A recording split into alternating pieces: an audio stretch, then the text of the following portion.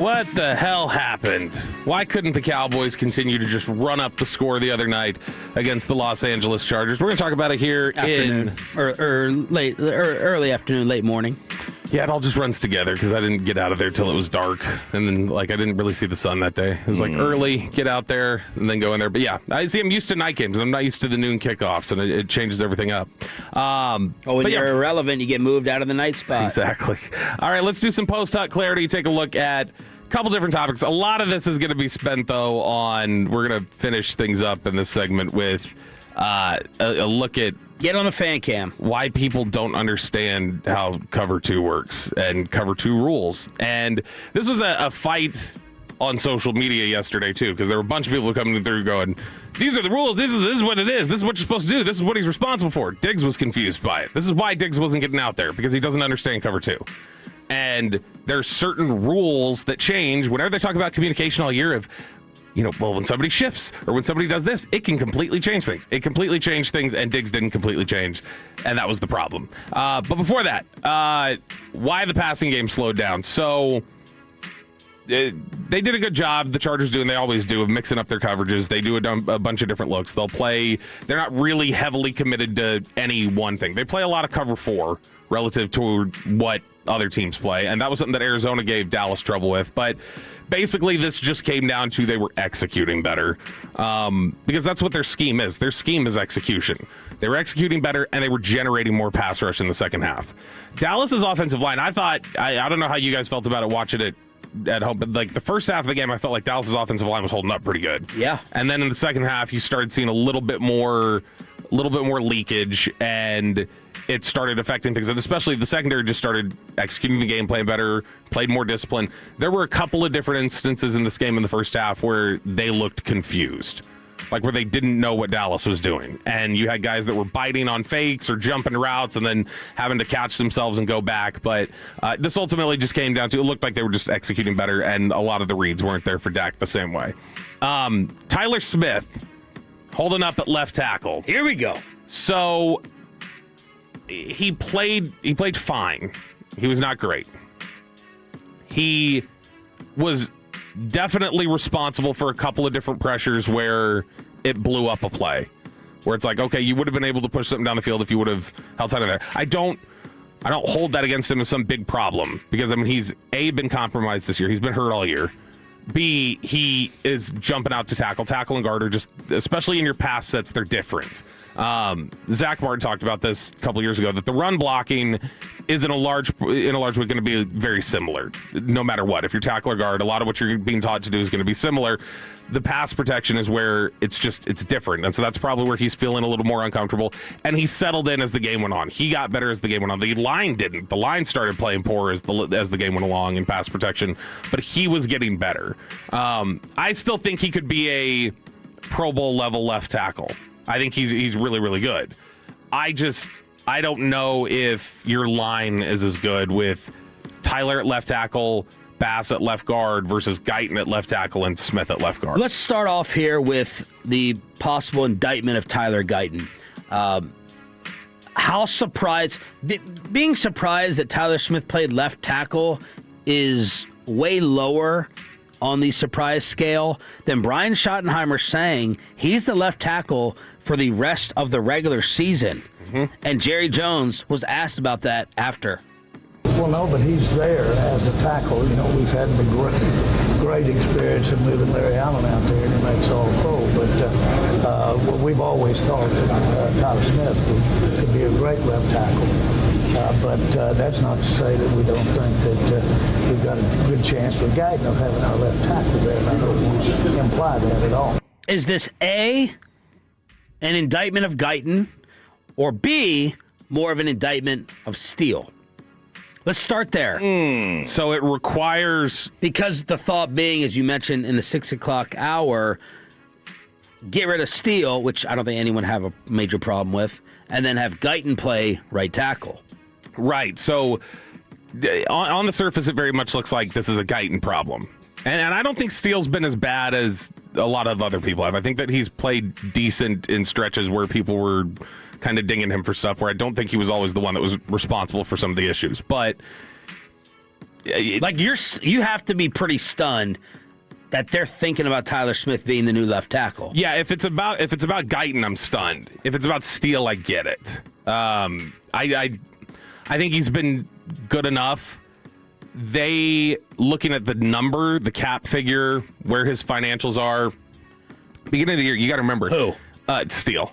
Like, you look at Steele, when Jerry went into training camp and was talking at that Micah press conference and was basically talking about the deals that had gone sideways, he referenced Diggs and Steele. Now, Diggs has been a problem all year, so that one's been top of mind. People have just like, they're going to walk away from that. But you got to remember, like, he talked about them as the same financial mistake, essentially, back in August. And so there have continued to be some struggles there. I thought Guyton was playing better before he got hurt, and so it does make me think, I can't imagine they just went, no confidence in you now. And that it more makes me wonder, let's see if Tyler's comfortable at left tackle, and if he is... Smith. Yeah, Tyler Smith is comfortable at left tackle, and then if he is... then the plan, I'm guessing, might be to just move Guyton out to right. Because Guyton played right in college. Yes. Okay. Now, I never thought, you've had a lot of people going, he should just go back to his normal spot. His position, he played 1 year there. He was not a tackle when he got to college even. So to me, it was not like something that was ingrained in him for the last 8 years that you're really trying to break. It was still raw. Because the other issue is Tyler Smith's contract. Mm-hmm. Which is brand new. Tyler Smith has a brand new contract. At what position do they pay him, RJ Choppy? That would be guard. RJ Choppy, the guards or tackles usually make more when you're the best at your position. Look, unless it's like Swiss guard, which I think they guard the Pope.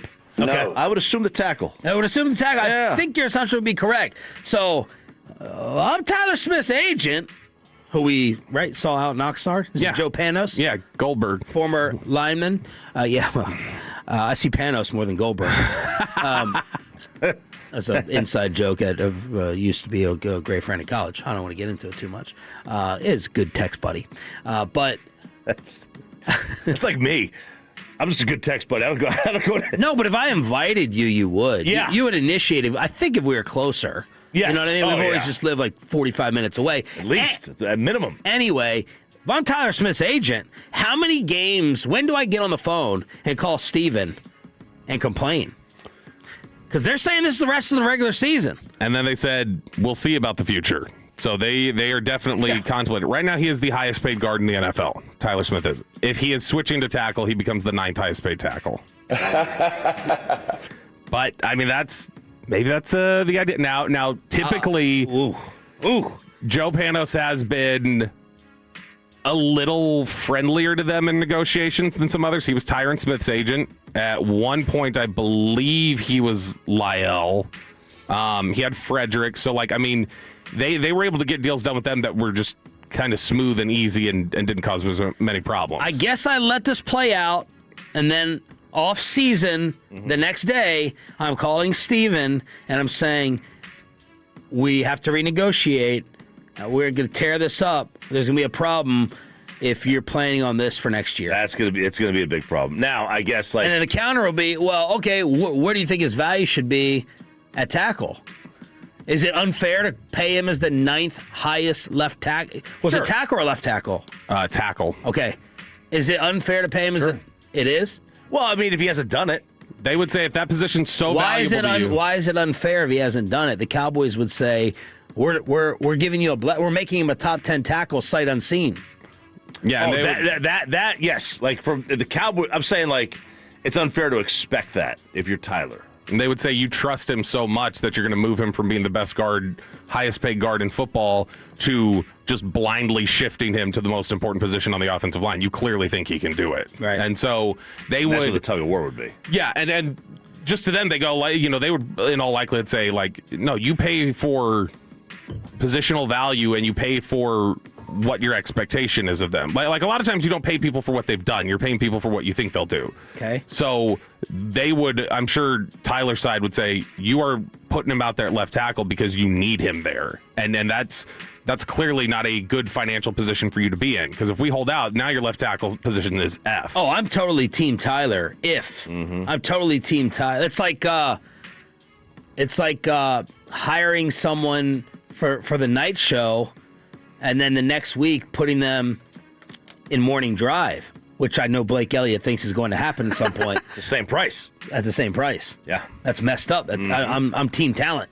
All right, so that's I mean, look, I'm not applying the word talent to Blake. I'm just saying, like, stop. The player. They got their ass kicked. That's basically what this comes down to. They got their ass kicked. Now, there is one thing that took over yesterday on social media, and it's this fight over Here we go. who's responsible for what. And I'm going to say this at the outset. Nobody Regardless knows. of what you think. So cover 2 Bobby knows is... ball. Yeah, exactly. Cody Alexander from Match Quarters had said something about cover 2 one time. About basically, it's like people hear cover 2 and they think like, yes, it looks like this. But cover 2, depending on what your rules are and different things, if you ask 10 different coaches, you get 10 different answers as to how you're supposed to play things. And this is your issue with PFF. Yes, is that you don't know a lot of times what you're supposed to be You have doing. an idea, but you don't know. They have no clue what the responsibility is, anything else. So here's what I'm telling you before we get into this. The Cowboys think it was Diggs' fault. The Cowboys said Diggs broke the rules. Okay, so that right there Yes. is all that matters. So I'm telling you Diggs broke the rules. Now I'm going to tell you how it happened. You want to argue about that, you're just arguing against, you're just wrong. Yeah. The Cowboys are saying Diggs messed up here. And I'm going to explain how he did it. So first, we're going to start with this. For those that don't know, and you can go look on the Twitch or the YouTube if you want to follow along with these diagrams to get an idea of this. So Aiden's going to put up the first one. This is the difference between cover 2 and Tampa 2. So cover 2, and you can see it up there on the screen. Put simply, it's 2 safeties, each covering a deep half of the field. So you got safeties breaking up, they're splitting the field in half. You got the 5 defenders covering everything underneath. Okay, so you got the outside corners, they have the flats, and then your 3 linebackers or your 2 linebackers and your nickel, depending on what kind of package you're in, they're going to cover things in between like a 5 to 15 yard area in the middle of the field. They're just responsible for hooks, seam, different things like that. So Tampa 2, which is just below that, is really cover 3. So the middle linebacker in that goes Drops back. vertical. They drop deeper. That was the Derek Brooks position. Like a middle safety. Yeah, that's why Derek Brooks had so many interceptions in Tampa too, is because he was the deep middle basically. He's an alien. Look at that. Look at the way that thing is shaped. Exactly. Alien head. It's essentially cover 3 the way that it operates, because you're just kind of, it's a skinnier zone, but you're basically covering anything deep, but you're dropping deeper, and that's how they function with it. So you can go ahead and go to slide 1 here, Aiden. I feel like I'm back in class. Yeah. Couple guys talking ball. So basically that's how it's supposed to work. Those are the positions that they're supposed to cover on the field. But every zone coverage scheme has rules and adjustments when alignment or play design or whatever else break the limits of the original defense. So that's where communication has gone wrong for the Cowboys this year. So this is what they were looking at when Ladd McConkey scored the touchdown. They've got 2x2, which is you got 2 eligible receivers to one side, 2 on the other side. They're lined up in what looks like single high safety, Malik Hooker back deep. So you look at that and you could think they're going to be in cover 1. Maybe they're going to be blitzing. You don't know what they're doing. The idea is that you're going to try and disguise something a little bit. Well, they're in there in a cover 2 look, I think. You don't know initially what look they're in. Right. Because Wilson is playing. Because as soon as they move, Yeah. as soon as they start adjusting the charges, that can change the play call. It definitely changed the responsibilities. But I believe they were in cover 2 already when they walked up to the line of scrimmage. So you can go to the next slide here, Aiden. So on the next view here, you're going to see that because of the Tampa 2 look that they're in, Logan Wilson is supposed to take like the skinny middle of the field. He's taking anything up the seams. Hooker and Wilson split the field, and then you've got the 4 underneath zones. So that's how things go. So Wilson is going to immediately retreat at the snap. He's going to drop back into that deeper zone. He's going to start dropping, and he's going to keep an eye on the seams and see who's running vertically up the seams and who's going to attack the seam and who his responsibility will be. So you've got the different hook defenders, different things like that. So, and Hooker is going to shift to the right with Logan dropping back to the middle. Hooker's going to move a little to the right, and you're going to see Wilson kind of go up. Okay, so you can go now. You can even skip the 3rd slide, Aiden, and just go to the 4th, which is the next-gen stats recreation of the play with the X's and O's on the field. So what you see on this video, as you see right here, Ladd McConkey goes in motion. When Ladd McConkey goes in motion, that changes the responsibility. Diggs is outside of Keenan Allen there. He has outside leverage. Outside leverage, his job is to push the route inside. When Ladd McConkey goes in motion and brings it out there, Diggs' responsibility at that moment changed, and the new responsibility was that he needed to get wider and he needed to keep McConkey inside. So you play the flat, but now that you've got 3 receivers to that side and McConkey has come out wide and McConkey is now the number 1, what they're supposed to do, or what Diggs is supposed to do, is he can peek at the flat, but he is now supposed to carry that vertical because, as you see, you got 2 routes that ended up vertically on the wrong side of the numbers. It's on the outside of the numbers. Malik Hooker cannot cover both of them. Yeah.